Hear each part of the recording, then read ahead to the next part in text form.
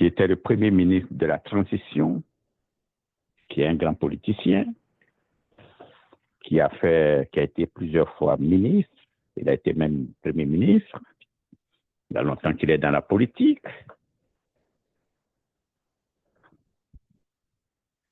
A fait une déclaration tonitruante la semaine passée. Et aujourd'hui, sa déclaration publique devant son mouvement le M5, le mouvement M5 et RPF, qui est vraiment acquis à sa cause parce que c'est ce mouvement qu'il a choisi pour travailler avec la transition, où il a été accepté pour être, où la direction de la transition a accepté qu'il soit le premier ministre, le premier ministre de la transition. Alors, ce qu'il a dit dans son discours de près d'une heure de temps suscite beaucoup de réactions, beaucoup de questions. Beaucoup de questions en ce sens que il a dit des choses que, à la lumière de ce qu'il a dit, il y a beaucoup de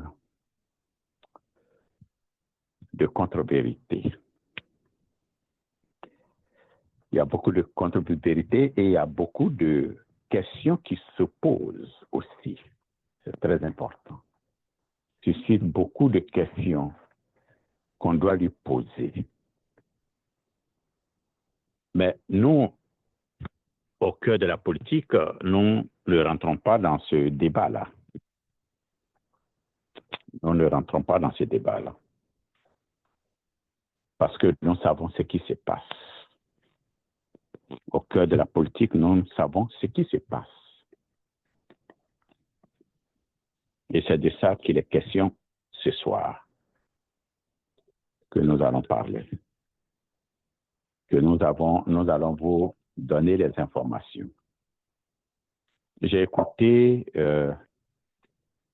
tout ce que les grands médias ont dit, tous ceux qui sont dans la politique, tout ce qu'ils ont dit.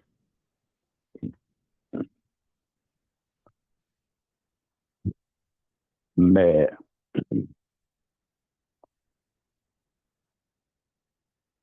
comme je l'ai toujours dit, la politique, c'est comme un iceberg. Il y a la pointe que tout le monde voit et il y a au cœur de l'iceberg ce que vous ne voyez pas et c'est ça là que nous, ça nous intéresse. C'est ça là que nous voyons. La sortie du Premier ministre Kokala Maïga Choguel n'est pas du tout fortuite. Nous sommes au cœur de la politique et là-bas, ce n'est pas seulement de la chronique. Voici pourquoi je parle avec beaucoup de mesures, avec beaucoup de défiance. Mais je souhaite à tout le monde la bonne fête de Thanksgiving. Nous rentrons dans la période des fêtes américaines. C'est la Thanksgiving et puis sera suivi de la Noël et du Nouvel An. Les périodes de fêtes de fin d'année aux États-Unis commencent depuis Halloween, c'est-à-dire depuis Halloween. Et donc, je souhaite à tout le monde la bonne fête de Thanksgiving qui aura lieu le jeudi prochain.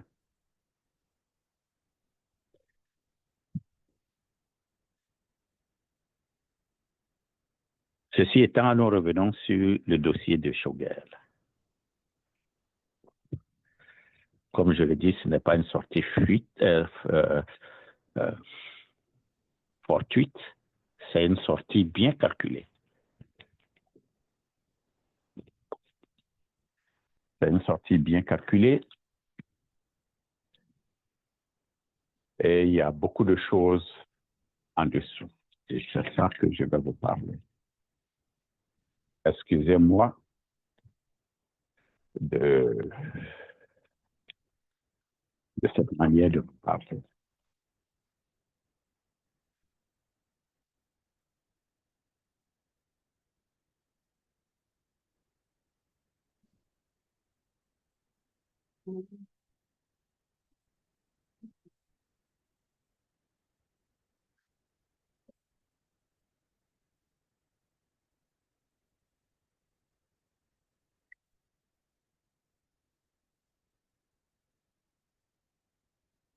Alors,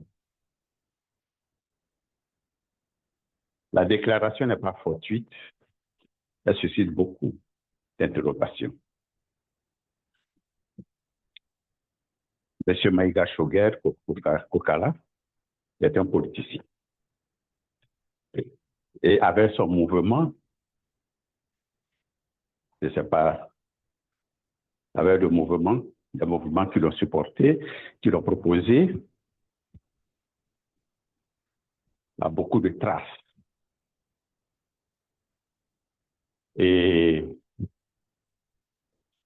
les militaires qui sont au pouvoir sont très aguerris. Ils ont pisté depuis longtemps. Ils ont tous les dossiers sur M. Kokala Maïga. Et depuis qu'il est Premier ministre de la transition, il a été suivi de près, surveillé comme le lait sur le feu. Et c'est ce qui me plaît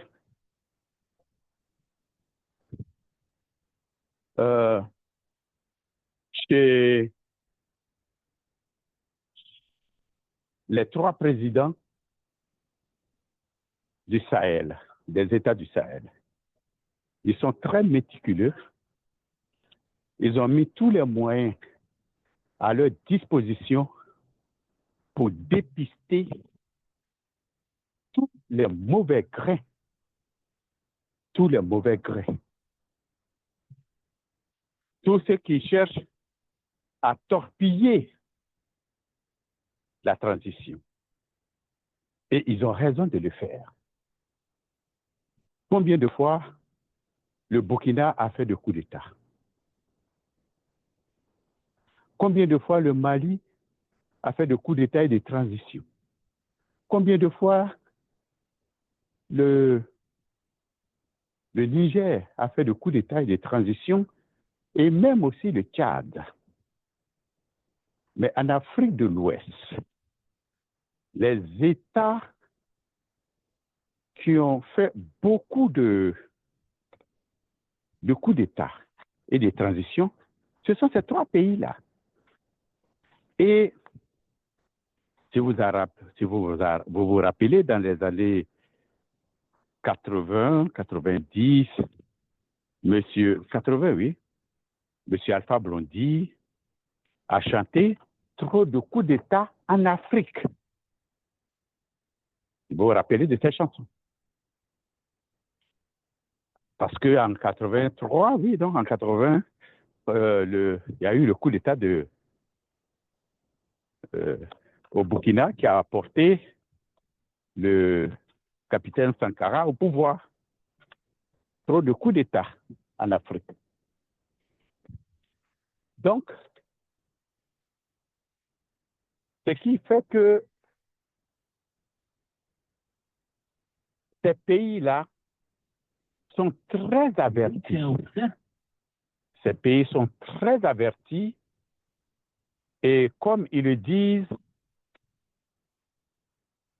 ils veulent comment ça s'appelle, fait la meilleure transition et que désormais leur pays ne retombe plus dans les mêmes coups d'État et dans les mêmes transitions, et pour cela, nous les supportons. Et cette fois-ci, ils ont un allié de taille. Et cet allié de taille, c'est la Russie. Et aujourd'hui, sur le plan renseignement, ce n'est plus renseignement comme dans d'autres pays où tout est sur la voie publique. Tout est dans Radio Trashville, tout est dans Yapi et Chris Yapi, ou bien tout est dans Rue 12. Non, non, non, bon, je prends ce terme-là, ce sont les termes très longtemps que nous connaissons. Donc, ils ont mis, parce que pour réussir leur transition, pour maintenir la stabilité et arriver à une très bonne transition et mettre en place les vraies structures de l'État, ils sont obligés de mettre les moyens à leur disposition pour ne pas que un faux pas vienne mélanger leur transition et recommencer, comment ça s'appelle, le compte à rebours. Vous voyez, le Niger a réussi même à infiltrer le service des renseignements français. Vous voyez que chaque jour, chaque semaine, chaque mois, il n'y a pas un mois où un coup d'État n'est pas fomenté contre M.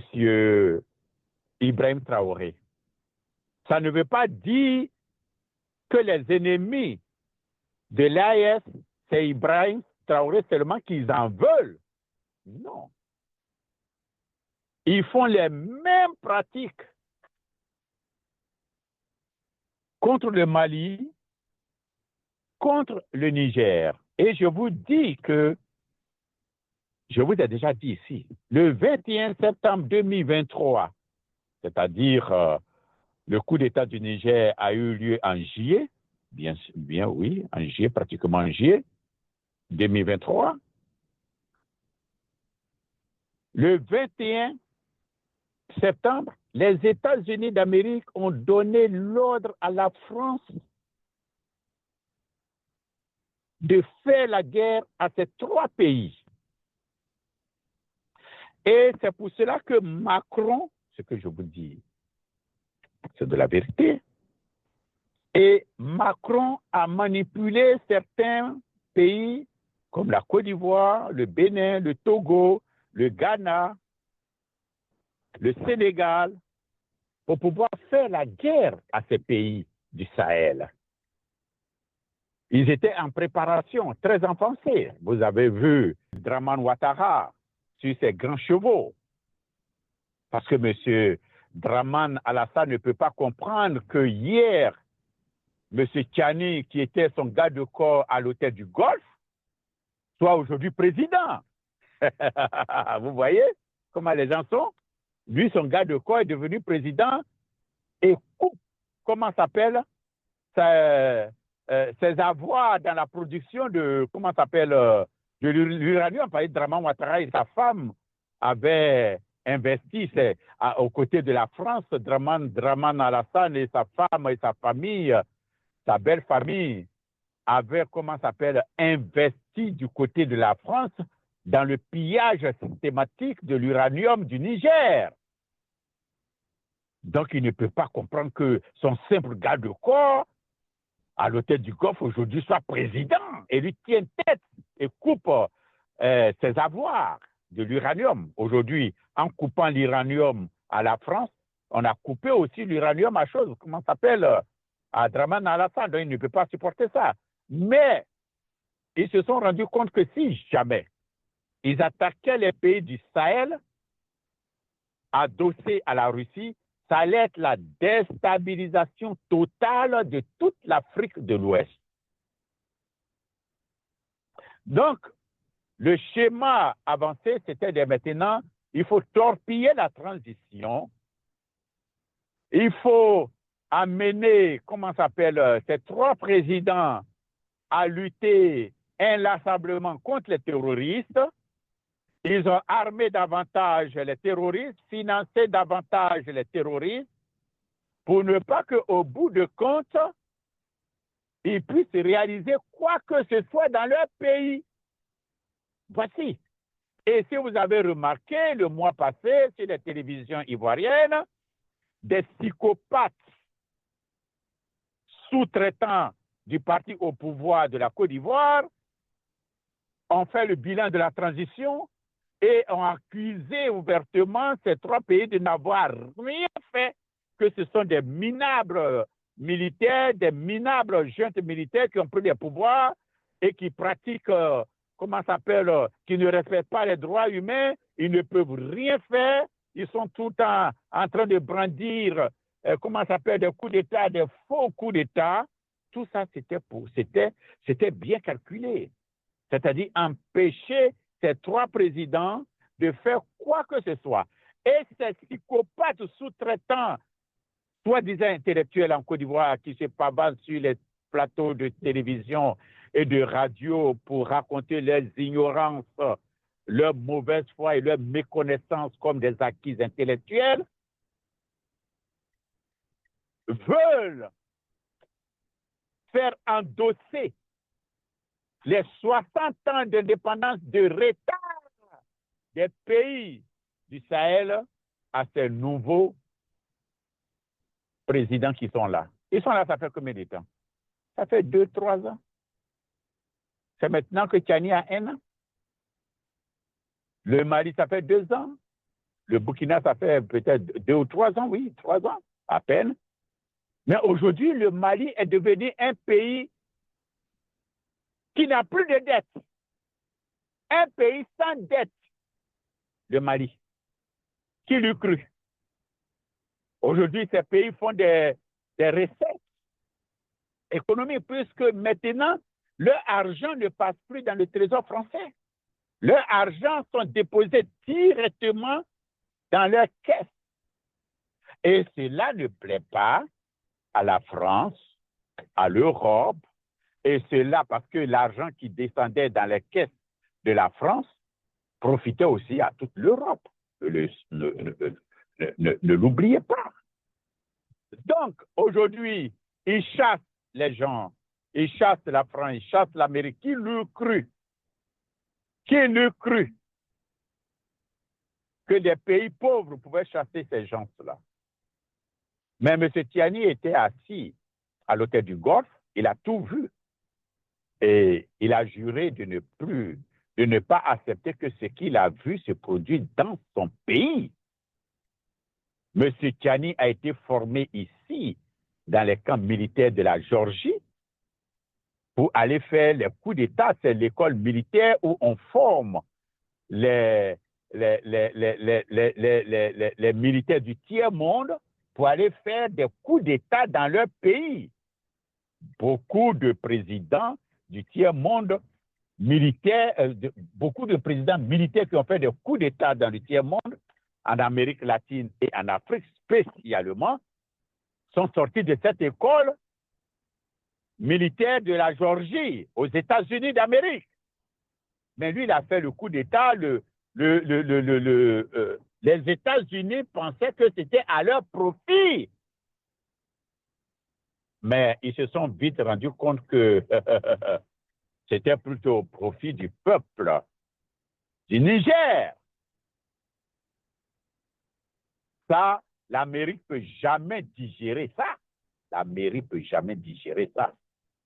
Que nous, on te forme pour aller faire coup d'État dans ton pays pour nous, et tu t'en vas faire coup d'État dans ton pays pour ton peuple, et tu nous chasses. Alors, ces gens-là ne peuvent jamais, jamais, jamais pardonner aux pays africains. On ne peut pas leur pardonner ça. C'est le crime de lèse-majesté. On ne peut pas le faire. Donc, ils vont manipuler les imbéciles heureux comme Draman, comme Talon, comme, Eyadema, comme Macky Sall, comme Akufo, qui est devenu francophone. C'est ces pays du Sahel.